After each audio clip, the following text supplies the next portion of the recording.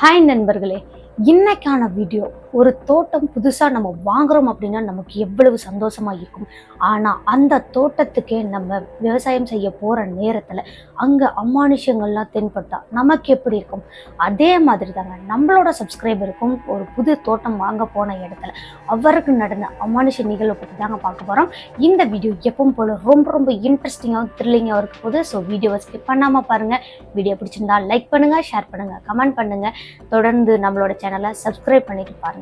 Okay நண்பர்களே, நம்மளோட சப்ஸ்கிரைபருக்கு என்ன நடந்துச்சுன்றத வீடியோக்குள்ள போய் பார்க்கலாமா?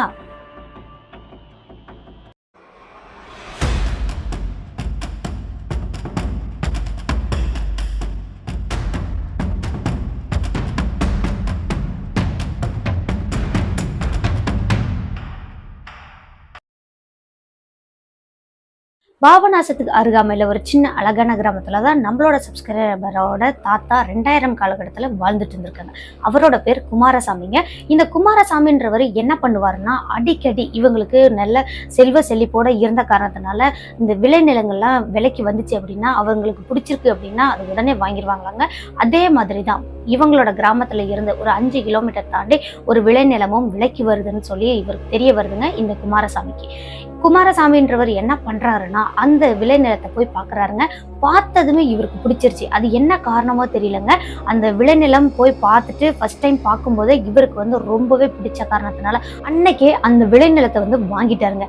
முன்னாடி கொஞ்சம் இந்த விவசாயம் செஞ்சுக்கிற மாதிரியான இடங்கள் இருந்திருக்குங்க. அதுக்கப்புறம் கொஞ்சம் தூரத்துல இந்த பெரிய பெரிய கொய்யா தோப்புகள் இருந்திருக்கு. அந்த காரணத்தினாலே என்னவோ தெரியல, அவருக்கு ரொம்பவே பிடிச்சிருக்கு. சரி, இந்த விளைநிலத்தை வாங்கினதும் நம்ம இங்க வந்துடலாம். ஏற்கனவே நம்ம இருக்கிற அந்த விளைநிலம், அந்த தோட்டம், அந்த வீடு எல்லாத்தையுமே இவங்களோட மகனான வேலுச்சாமி அப்படின்றவங்களுக்கு கொடுத்துடலாம் அப்படின்னு நினைக்கிறாருங்க. அதே போல இந்த குமாரசாமியும் அங்க புதுசா வாங்கினாங்க இல்லையா, அந்த தோட்டத்துக்கு போயிட்டாங்க. வேலுச்சாமியையும் அந்த பழைய தோட்டத்திலேயே குடும்பத்தோட வசிச்சு வர அங்கேயே கொடுத்துட்டாங்க. வேலுச்சாமிக்கு கல்யாணம் ஆகி இருந்திருக்குங்க. அந்த காரணத்தினால 2 பேரும் இங்கே இருங்க, நாங்க அங்க போய் அந்த கிராமத்துல இருந்துக்கிறோம்னு சொல்லி ஆளுக்கு ஒரு இடமா போயிட்டாங்க. போனதுக்கு அப்புறமா தான் இந்த குமாரசாமியோட வாழ்க்கையில அமானுஷ நிகழ்வுல நடக்க ஆரம்பிச்சிருக்குங்க. என்ன நடக்குதுன்னா, இந்த தோட்டத்துக்கு போயிட்டு 1 வாரம் வரைக்கும் எந்த ஒரு பிரச்சனையும் இல்லை, நார்மலா போயிருக்கு. பக்கத்துல கொஞ்சம் தூரம் தள்ளி ஒரு தோட்டம் இருக்கு. இவங்க தோட்டத்துல எப்படி இவங்க வாழ்றதுக்கு தகுந்த மாதிரி ஒரு வீடு இருக்கோ, அதே போலதாங்க பக்கத்து தோட்டத்திலயும் அவங்களுக்கும் ஒரு வீடு இருந்திருக்குங்க. அந்த வீட்டுல ஒரு குடும்பமே வாழ்ந்துட்டு இருக்காங்க. இந்த வேலுச்சாமி இருக்காங்களே, அவங்களோட அப்பா குமாரசாமி, அவங்களும் அந்த பக்கத்து தோட்டத்துக்காரங்களும் 2 பேருமே மிங்கிள் ஆகிறதுக்கு அப்போதாங்க ஸ்டார்டே ஆகியிருக்கு. ரொம்ப க்ளோஸ்லாம் ஆகலை. எப்பயாவது அந்த பக்கம் இவங்க போனாவோ, அவங்க தோட்டத்து பக்கம் போனா பேசிக்குவாங்க, அவங்க இந்த பக்கம் வந்தா பேசிக்குவாங்க. அந்த அளவுக்கு தான் இருந்திருக்கு. 1 வாரத்துக்கு அப்புறம் இந்த குமாரசாமியோட மனைவி எப்பவுமே அதிகாலையில நேரமாவே எந்திரிச்சிருவாங்களாங்க. வாசலுக்கு சாணமெல்லாம் போட்டு கோலமெல்லாம் போட்டுட்டு அதன் பிறகு குமாரசாமியோட மனைவி தான் மாடும் வச்சிருந்துருக்காங்க தோட்டத்துல இருந்த காரணத்தினால. அந்த மாட்டுல போயிட்டு பாலெல்லாம் கறப்பாங்களாம். அதே போல அன்னைக்கும் சாணமெல்லாம் போட்டு கோலமெல்லாம் போட்டுட்டு மாட்டுக்கிட்ட பாலும் கறக்க ஆரம்பிச்சிருக்காங்க. பால் கறந்துட்டு வீட்டுக்கிட்ட போலாம் அப்படின்னு போறாங்கங்க. வீட்டுக்கிட்ட வந்துட்டாங்க. யதார்த்தமா இவங்க திரும்பி பாக்குறாங்கங்க. இவங்களோட வீட்டுல இருந்து கொஞ்சம் தூரம் தள்ளி ஒரு கம்பத்து லைட் மாதிரி இவங்களே செட் பண்ணியிருக்காங்கங்க. ஃபுல்லா விளைநிலங்களுக்குலாம் தண்ணி பாய்ச்சணும் நைட் டைம்ல அப்படின்னா கொஞ்சம் யூஸ்ஃபுல்லா இருக்கும் அப்படின்றதுனால அந்த வெளிச்சத்துல இவங்களும் வீட்டுக்கிட்ட இருந்து பாக்குறாங்கங்க. அங்க பார்க்கும்போது ஒரு பொண்ணு அப்படியே இந்த விளைநிலத்துல இருந்து கொய்யா தோப்பு நோக்கி நடந்து போற மாதிரி இருந்திருக்குங்க. என்னடா இது, இந்த நேரத்துல யாராடா இருக்கும்? அடிக்கடி இந்த பக்கம் யாரும் வரமாட்டாங்க, நம்ம மட்டும்தானே இருக்கோம்னு இவங்க குமாரசாமியோட மனைவி கொஞ்ச நேரம் நின்று பார்த்துட்டே இருக்கிறாங்க. நல்லாவே நடந்து போய்கிட்டே இருந்த அந்த பொண்ணு கொஞ்சம் இருட்டு பகுதி வந்ததுக்கு அப்புறம் சடனா எங்க மறைஞ்சாங்கன்னே தெரியலங்க. திடீர்னு மறைஞ்சு போயிட்டாங்க. இந்த குமாரசாமியோட மனைவிக்கு தூக்கி வாரி போட்டுருச்சு. எங்கடா இவன், நல்லாவே ஒரு பொண்ணு நடந்து போன மாதிரி நம்ம பார்த்துட்டே இருந்தோமே, சடனா எங்க போனான்னு தெரியல, யார் அதுன்னு தெரியலையேன்னு குமாரசாமியோட மனைவிக்கு பயம் அதிகமான காரணத்தினால அவங்க அந்த இடத்துல கொஞ்சம் கூட தாமதிக்காம வீட்டுக்குள்ள போறாங்கங்க. வீட்டுக்குள்ள போனவங்க பாலை கொஞ்சம் எடுத்து டீ வைக்கலாம் அப்படின்னு சொல்லிட்டு ஒரு பாத்திரத்துல பால் காய வச்சுட்டு இருக்காங்க. காய வச்சுட்டு இருக்கும் போதே இவங்களோட அடுப்புக்கு நேராவே ஒரு சின்ன ஜன்னல் ஒண்ணு இருக்குங்க. அந்த ஜன்னலையும் ஓபன் பண்ணி விட்டுட்டு இவங்க அடுப்புல காஞ்சிட்டு இருந்தா அந்த பாலை பார்த்துட்டே இருக்காங்க. அப்பவும் ஏதோ ஒரு உள்ளுணர்வு காரணமாக தான் இவங்க மறுபடியும் அந்த ஜன்னலை பாக்குறாங்க. அங்க பார்க்கும்போது நல்லாவே லைட் வெளிச்சத்துல தெரியுதுங்க, அங்க ஒரு பொண்ணு நின்றுட்டு இருக்கிறாங்க அப்படின்றது. என்னடா இது சடனா எங்கேயோ மறைஞ்ச பொண்ணு இந்த பக்கம் வந்திருக்காளேன்னு இவங்க அந்த பொண்ணவே நல்லா பார்த்துட்டே இருக்காங்க. இந்த பாலும் பொங்கி வந்ததும் கீழே குனிஞ்சு அடுப்பு ஆஃப் பண்ணிட்டு மறுபடியும் ஜன்னலை பாக்குறாங்க. அங்க யாருமே இல்லை, எந்த ஒரு உருவமுமே காணோம். என்னடா இது, நம்ம 2 டைமுமே நல்லாவே பார்த்தோம்னா அது ஒரு பொண்ணோட உருவம்னு எங்கடா போயிருக்கோன்னு இவங்களுக்கு ஒரே பயம் நடுக்கம் இருந்ததுனால வெளியே வேக வேகமா ஓடி வந்து இவங்களோட வராண்டா மாதிரி இருக்குங்க, படிக்கு அப்புறம் கொஞ்சம் சின்னதா சிமெண்ட் மாதிரி போட்டு வராண்டா மாதிரி இருக்கு.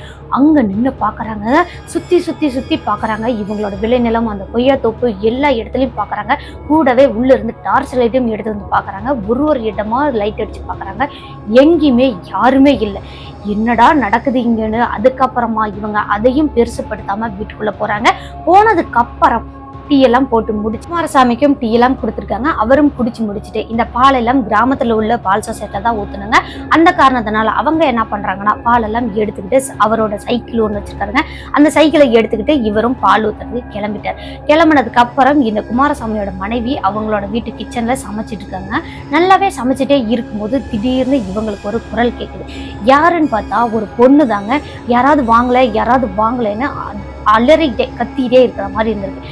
இந்த குமாரசாமியோட மனைவியும் கிச்சன்ல இருந்து மெதுவா வெளியே வராங்க. வெளியே வந்து பார்த்தவங்க அதிர்ந்தே போயிட்டாங்க. இந்த லைட் வெளிச்சத்துல ஒரு டைம் ஃபர்ஸ்ட் டைம் பார்க்கும்போது காணாம போனது, 2வது டைம் பார்க்கும்போது காணாம போனது, அதே உருவம் தாங்க இங்க வந்து நின்றுட்டு. யாருடா இந்த பொண்ணு இந்த நேரத்துல வந்து திடீர்னு நம்மளை பயமுறுத்துறாளேன்னு இவங்க வெளியே வந்து யாருமா நீ, என்னம்மா வேணும்னு கேக்குறாங்க. அப்படி கேட்கும்போது நான் பக்கத்து தோட்டத்துக்கார பொண்ணுதான், என்ன தெரியலையான்னு கேட்டுட்டு அதுக்கப்புறம் சரி ஏமா இந்த நேரத்துக்கு வந்திருக்க, என்னம்மா வேணும்னு கேக்குறாங்க. அப்போ அந்த பொண்ணு என்ன சொல்றாங்கன்னா, இந்த பக்கம் நான் நடந்து வந்துட்டே இருந்தேம்மா, அப்போ ஏதோ எனக்கு கடிச்ச மாதிரி இருந்துச்சு, அது என்னன்னு பார்க்கலாம் அப்படின்னு சொல்லி தான் வெளிச்சத்துக்கு வந்தேன், அது என்னன்னு பார்த்து சொல்லுங்கன்னு காலை காட்டிட்டே இருக்காங்க. அங்க பார்க்கும்போது அந்த காலில எதுவும் கடிச்ச மாதிரி ஒரு சின்ன ரத்தம் வர மாதிரி எதுவுமே இல்லை. அந்த காரணத்தினால குமாரசாமியோட மனைவி என்ன பண்றாங்கன்னா, அதெல்லாம் எதுவும் இல்லைம்மா, முள்ளேது குத்தி இருக்கும், அதுதான் இந்த மாதிரி உனக்கு ஃபீல் ஆயிருந்திருக்கும், நீ அதை பெருசுப்படுத்தாத, வீட்டுக்கு போ அப்படின்னு சொல்றாங்க. வீட்டுக்கு போன்னு சொன்னதுக்கு அப்புறம் அந்த பொண்ணும் நேரா அப்படியே இவங்களோட தோட்டத்தை தாண்டி போற மாதிரி போயிருக்குங்க. இவங்க தோட்டத்தோட என்ட்ரன்ஸ்லயே கம்பி வேலி போட்டிருக்காங்க. அந்த கம்பி வேலியை தாண்டி போறது இந்த அம்மா நல்லா பார்த்துட்டே இருந்திருக்காங்க. அதுக்கப்புறமா தான் மீண்டும் வந்து சமைக்கவும் ஆரம்பிச்சிருக்காங்க. சமைச்சிட்டே இருக்கும்போதுதான் இவங்களுக்கு மறுபடியும் ஒரு யோசனை. என்ன யோசனைனா, இந்த பொண்ணை அந்த பக்கத்து தோட்டத்துல நம்ம பார்த்ததே இல்லையே அப்படின்னு யோசிக்கிறாங்க. அப்போ இவங்க நம்ம தான் சரியா அவங்களோட இன்னும் மிங்கிள் ஆகல இல்லையா, அவங்களோட நல்லா பேசி பழகல இல்லையா, அந்த காரணத்தினால நமக்கு தெரியாம கூட இருந்திருக்கும் அப்படின்னு சொல்லி அதை பெருசுப்படுத்தாம அவங்களும் அன்னைக்கு சமைச்சு முடிச்சுட்டாங்க. குமாரசாமியும் அவங்க கிராமத்துல இருந்து வந்துட்டார். வந்ததுக்கு அப்புறம் 2 பேரும் சாப்பிட்டு முடிச்சுட்டு தோட்டத்துல உள்ள சின்ன சின்ன வேலைகள் எல்லாம் செஞ்சு முடிச்சுட்டு அன்னைக்கு சாயந்தரம் இவங்க 2 பேருமே வாசப்படியில் உட்காந்து டீ குடிச்சுக்கிட்டே பேசிட்டு இருக்காங்க.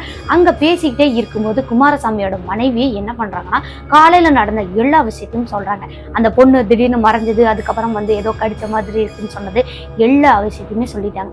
சொன்னதுக்கு அப்புறம் அவங்க என்ன சொல்றாங்கன்னா, அவங்க வீட்டுல ஏதிரி பொண்ணு, அங்க பொண்ணே கிடையாதே, அவங்களுக்கு பொண்ணே கிடையாது, பசங்க தான் 2 பேரு அப்படின்னு சொல்றாங்க. ஆனா குமாரசாமியோட மனைவி, நான் நல்லாவே பார்த்தேங்க, என் கூட வந்து உட்கார்ந்து பேசிட்டு தான் இருந்தா, அது பொண்ணுதான், அவங்களோட பொண்ணுதான் அப்படின்னு சொல்லிட்டு கொஞ்ச நேரம் ஆர்கியூமெண்ட் பண்ணி முடிச்சுட்டு அதை பெருசுப்படுத்தாம விட்டுட்டாங்க. அது யாரா இருந்தா நமக்கு என்ன அப்படின்ற மாதிரி விட்டுட்டாங்க. அதன் பிறகு அன்னைக்கும் சாப்பிட்டு முடிச்சுட்டு இவங்க எல்லாருமே தூங்கிட்டு இருக்கிறாங்க. இவங்க குமாரசாமி அவங்களோட மனைவி 2 பேரும் தூங்கிட்டு இருக்கிறாங்க. ஆழ்ந்த தூக்கத்துக்கு போயிட்டாங்க. இந்த குமாரசாமியும் அவங்களோட மனைவியும் திடீர்னு ஒரு குரல் வெளியே இருந்து கூப்பிடுற மாதிரி இருந்திருக்கு. அந்த குரல் ஒரு பொண்ணோட குரல் தாங்க. இவங்க மனைவி குமாரசாமியோட மனைவி மட்டும்தான் எந்திரிச்சு பாக்குறாங்க. அம்மா வாங்கம்மான்னு கூப்பிடுற மாதிரி இருந்திருக்கு. சரின்னு இந்த குமாரசாமியோட மனைவியும் மெதுவா அந்த ஹால்ல இருந்து எந்திரிச்சு மெயின் டோரை ஓபன் பண்றாங்க. ஓபன் பண்ணி பார்க்கும்போது அவங்க முன்னாடி நாள் அதிகாலையில பார்த்தாங்க இல்லையா, அதே மாதிரியான உருவம் தாங்க அவங்க நின்றுட்டு இருக்கு. இப்போ டைம் பார்த்தீங்கன்னா நடுராத்திரி.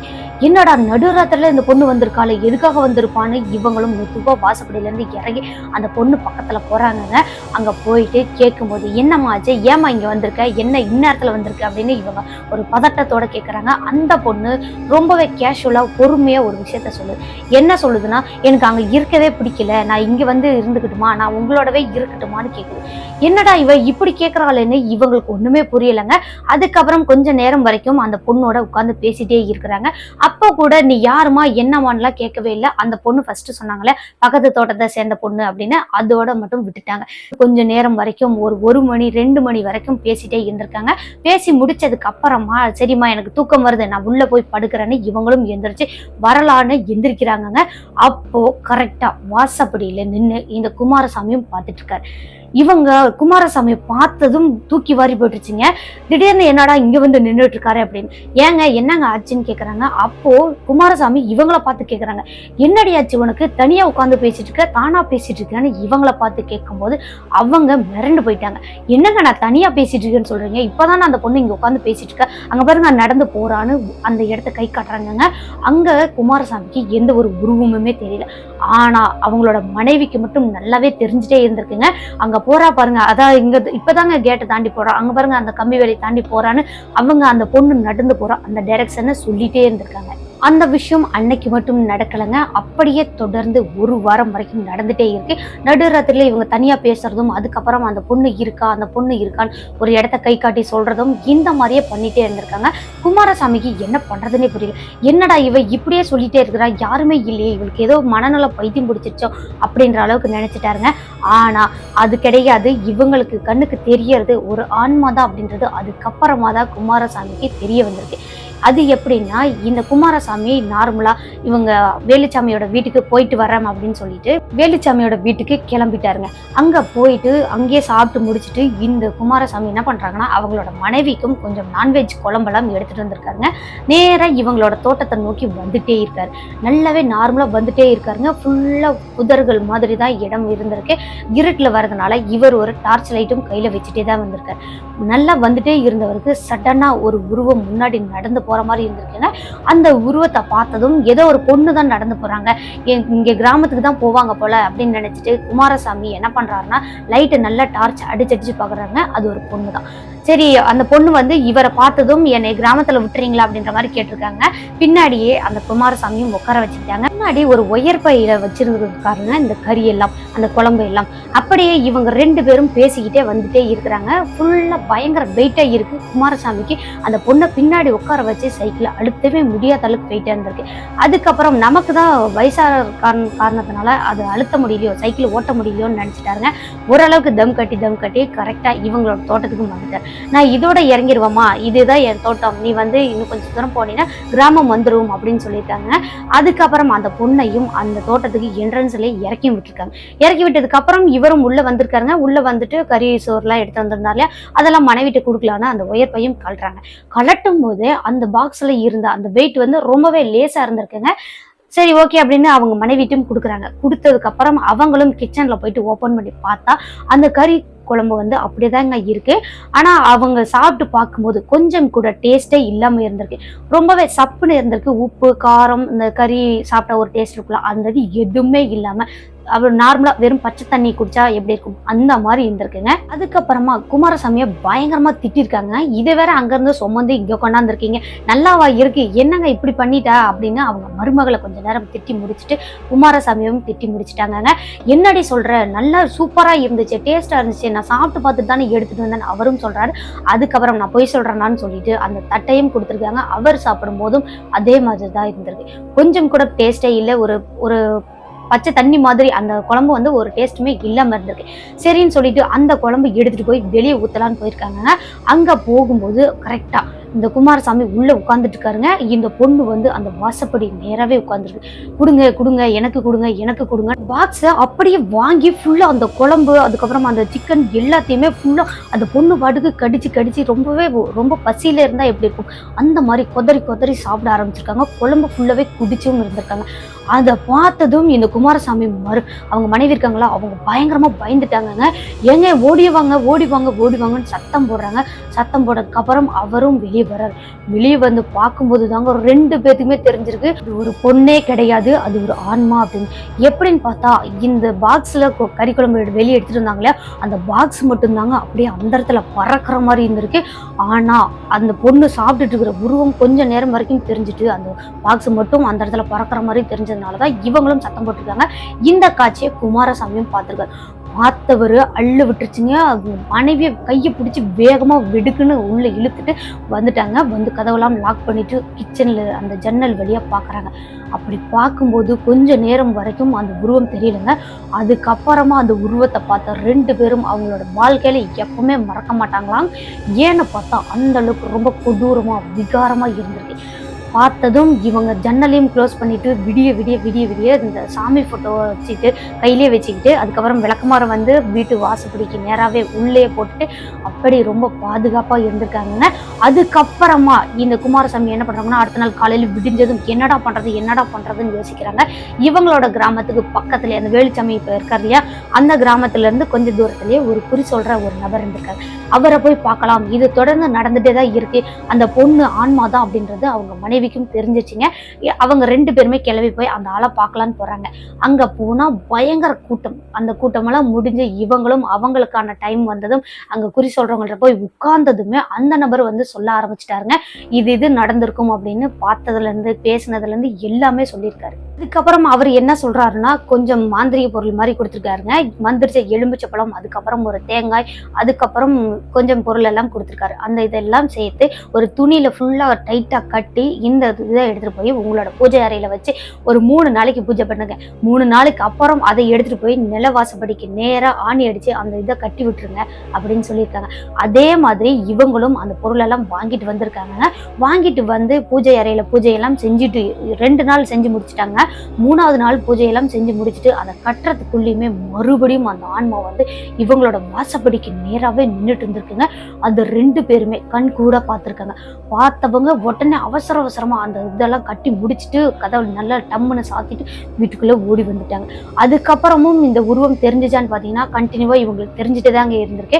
என்ன காரணம்னா இவங்க பால் கறக்க போகும்போது அந்த நேரத்துல, அதுக்கப்புறம் இவங்க வெளியே வரும்போது அந்த நேரத்துல எல்லாம் அந்த பொண்ணோட உருவத்தை பார்த்துட்டே தான் இருந்திருக்காங்க. இப்படியே தொடர்ந்து நடக்குதே, நாங்க என்னதான் சாமி பண்றதுன்னு மறுபடியும் அந்த குறி சொல்ற அந்த நபர்கிட்டே போயிருக்காங்க. அங்க போனதுக்கு அப்புறம் அவர் என்ன சொல்றாருன்னா இதை வந்து தடுக்கவே முடியாது போல அப்படின்னு சொல்லி ஒரு வேல் மாதிரியான ஒரு இதை வாங்கிட்டு போய் ஒரு சிலை மாதிரியோ இல்ல வேலோ வாங்கிட்டு போய் உங்களோட கேட்டோட அந்த என்ட்ரன்ஸ் பக்கத்துலயே அந்த கல்லோ இல்ல ஏதோ ஒண்ணு வச்சு சாமியை கும்பிடுங்க. வேல் ஆனா கண்டிப்பா இருக்கணும், அந்த சுலாயுதம் மாதிரி இருக்கும்ல அந்த இதை சொல்லியிருக்காங்க. அதை கொண்டுட்டு வந்து இவங்களும் அந்த என்ட்ரன்ஸ் பக்கத்திலே வச்சிருக்காங்க. வச்சுட்டு வெள்ளி செவ்வாய்க்கு தொடர்ந்து பூஜை பண்ணிட்டே இருந்திருக்காங்க. அதுக்கப்புறமா தாங்க அந்த ஆன்மாவோட பிரச்சனை இவங்களுக்கும் கம்மியாக ஆரம்பிச்சிருக்கு. கொஞ்ச நாள்ல காலப்போக்குல அந்த உருவம் இவங்களுக்கு தெரியவே இல்லைங்க. அதுக்கப்புறம் அவங்க 2 பேருமே ரொம்ப சந்தோஷமான வாழ்க்கையை தான் அங்க வாழ்ந்துட்டு இருக்காங்க. இந்த வேலுச்சாமியும் அவங்க அங்க போயிட்டு கொஞ்ச நாள்ல குடியேற ஆரம்பிச்சுட்டாங்க. அந்த தோட்டத்துக்கு வந்து ஆள் போட்டு பார்த்துட்டு இருந்திருக்காங்க. இப்ப வரைக்குமே இந்த தோட்டத்துல இருந்து நாங்க வாழ்ந்துட்டு இருக்கோம், எங்களுக்கு எந்த ஒரு பிரச்சனையுமே இல்லை. ஆனா வெள்ளி செவ்வாய்க்கு கண்டிப்பா நாங்க அங்க போயிட்டு அந்த கல்லுக்கு பூஜை பண்ணிட்டு தான் வருவோம். இப்ப வந்து அந்த கல்லு மாதிரியான சிலையா வடிச்சு வச்சிருக்காங்க. நாங்க அங்க போயிட்டு சாமி எல்லாம் கும்பிட்டுட்டு வருவோம் அப்படின்னு சொல்லி நம்மளோட சப்ஸ்கிரைபர் சொல்லி அனுப்பியிருக்காங்க. சொன்னவங்களோட பேர் பூவரசனுங்க. இவங்களோட தோட்டத்துல நடந்த அமானுஷம் தான் அப்படின்னு சொல்லி நமக்கு அனுப்பி வச்சிருக்காங்க. ஓகே நண்பர்களே, இந்த வீடியோ எப்படி இருந்துச்சுன்னு மறக்காம கமெண்ட் பாக்ஸ்ல கமெண்ட் பண்ணுங்க. வீடியோ பிடிச்சிருந்தா லைக் பண்ணுங்க, ஷேர் பண்ணுங்க, கமெண்ட் பண்ணுங்க. இது மாதிரி தொடர்ந்து ரியலான ஹாரரான ஸ்டோரிஸ்லாம் கேட்கணும் அப்படின்னா நம்மளோட சின்ன ஸ்டோரிஸை மறக்காம சப்ஸ்கிரைப் பண்ணிக்கோங்க. உங்களோட வாழ்க்கையிலோ அல்லது உங்க ஃப்ரெண்ட்ஸ் அண்ட் ரிலேட்டிவ்ல யாருக்காவது த்ரில்லிங்கான திகிலான அமானுஷ நிகழ்வு நடந்திருக்கு அப்படின்னா அதை நம்மளோட சேனல்ல வீடியோவா பார்க்கணும்னு ஆசைப்பட்டீங்கன்னா என்னோட வாட்ஸ்அப் நம்பருக்கு கண்டிப்பா வாய்ஸ் நோட்டா அனுப்பி வைங்க. உங்களோட சம்பவத்தை நம்மளோட சேனல்ல வீடியோவா அப்லோட் பண்ண முடியும். ஓகே நண்பர்களே, மீண்டும் ஒரு அமானுஷ சம்பவத்தோட அடுத்த எபிசோட்ல சந்திக்கிற வரைக்கும் உங்களிடமிருந்து விடைபெறுவது உங்கள் சினோ ஸ்டோரிஸில் நான் உமா. டாடா பாய்.